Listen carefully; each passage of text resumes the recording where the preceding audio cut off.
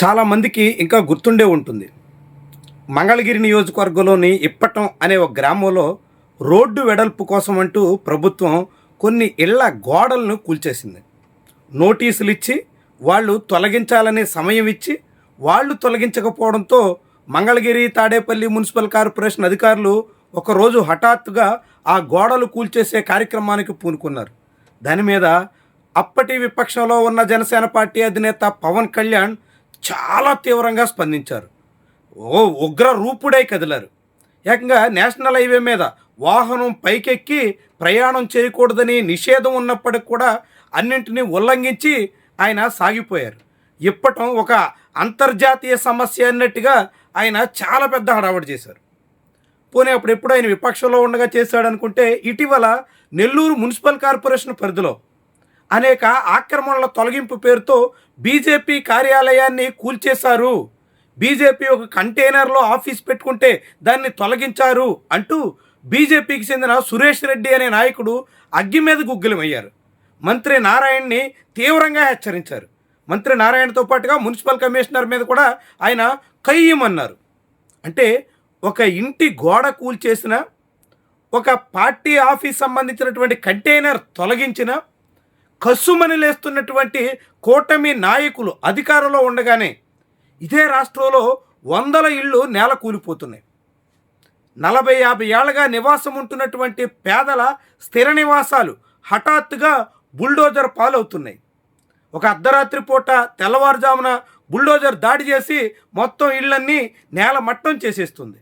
ఇది ఎక్కడో కాదు, స్వయంగా ఆంధ్రప్రదేశ్ అసెంబ్లీ డిప్యూటీ స్పీకర్ ప్రాతినిధ్యం వహిస్తున్న ఉండి అసెంబ్లీ నియోజకవర్గంలోనే పశ్చిమ గోదావరి జిల్లా ఉండి అసెంబ్లీ నియోజకవర్గం పరిధిలో ఇప్పటికే పదుల సంఖ్యలో గ్రామాల్లో వందల మంది పేదల ఇళ్లని అధికార యంత్రాంగం నేలమట్టం చేసేసింది.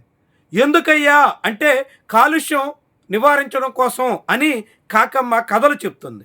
అంటే పేదలంటే ఈ ప్రభుత్వానికి పూర్తిగా పట్టదా అనే అనుమానం కలుగుతుంది. స్వయంగా చంద్రబాబు నాయుడు, పవన్ కళ్యాణ్ కలిసి విడుదల చేసిన మేనిఫెస్టోలో రాష్ట్రంలో పల్లెల్లో అయితే 3 సెంట్లు, పట్టణాల్లో అయితే 2 సెంట్లు చొప్పున ఇళ్ల స్థలాలు ఇస్తాం అని ప్రకటించారు.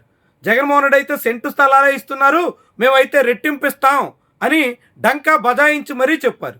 కానీ 2 ఏళ్ల కాలం గడిచిపోయినప్పటికి కూడా ఒక్క నిరుపేదకు కూడా సెంటు స్థలం అప్పగిచ్చిన పాపాన ఈ ప్రభుత్వం పోలేదు. కానీ ఇలా ఉండి అసెంబ్లీ నియోజకవర్గంలో వందల ఇళ్ళు నేల మట్టం చేసేస్తున్నారు. అనేక మంది తమ కష్టార్జితంతో కట్టుకున్నటువంటి ఇళ్ళన్నీ కుప్ప కూల్చేస్తున్నారు. శిథిలం చేసేసి వాళ్ళందరినీ రోడ్డుకి ఈడ్చేస్తున్నారు. సహజంగా ఇల్లు కూల్చాలంటే నోటీసులు ఇవ్వాలి, వాళ్ళకి ప్రత్యామ్నాయం చూపించాలి, కూసింత ఇల్లు కూల్చేదానికి గడువు ఇవ్వాలి. ఏంలే నిబంధనలన్నీ అక్కడ పంట కాలువలో పాతరేస్తున్నారు. అధికార యంత్రాంగం అంతా బ్యాంకులు లూటీ చేసిన కేసులో నిందితుడైన రఘురామకృష్ణరాజు ముందు సాగిలు పడిపోతున్నారు, సాష్టాంగ నమస్కారం చేస్తున్నారు.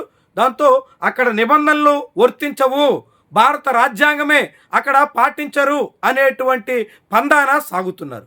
పెద్ద సంఖ్యలో పేదల మధ్యతరగతి జనాల ఇళ్ళు కూల్చేస్తున్నటువంటి వైనం కలకలం రేపుతున్నప్పటికి కూడా ఆంధ్రప్రదేశ్లో విపక్షానికి అది పట్టని వ్యవహారంగా మారిపోయింది. ఇల్లు గోడలు కూల్చేస్తేనే రాద్ధాంతం జరిగినటువంటి తమ పాలన ఎక్కడ?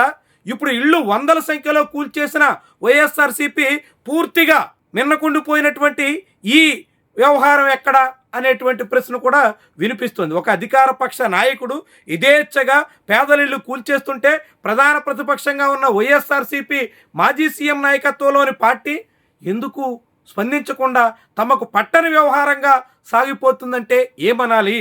ఈ రాష్ట్రంలో అప్రజాస్వామిక చర్యలు యథేచ్ఛగా సాగుతున్న అడ్డుకోలేని విపక్ష తీరుని ఎలా చూడాలి అని ఉండి వాసులు ఇప్పుడు కలవరపడాల్సిన పరిస్థితి వచ్చింది. ఆకివీళ్ళు ఆలయం కడుతున్నానంటూ రాష్ట్ర వ్యాప్తంగా అందరి దగ్గర నుంచి పెద్ద మొత్తంలో చందాలు దండుకున్నటువంటి రఘురామకృష్ణరాజు ఒక ఆలయం కడుతూ వందల ఇళ్ళు కూల్చేస్తున్నారు. ఒక రాముడికి నివాసం కల్పిస్తున్నాం అని అందరికీ చెప్తూ అక్కడ అనేక మంది నివాసాల్ని పూర్తిగా భూస్థాపితం చేసేస్తున్నారు.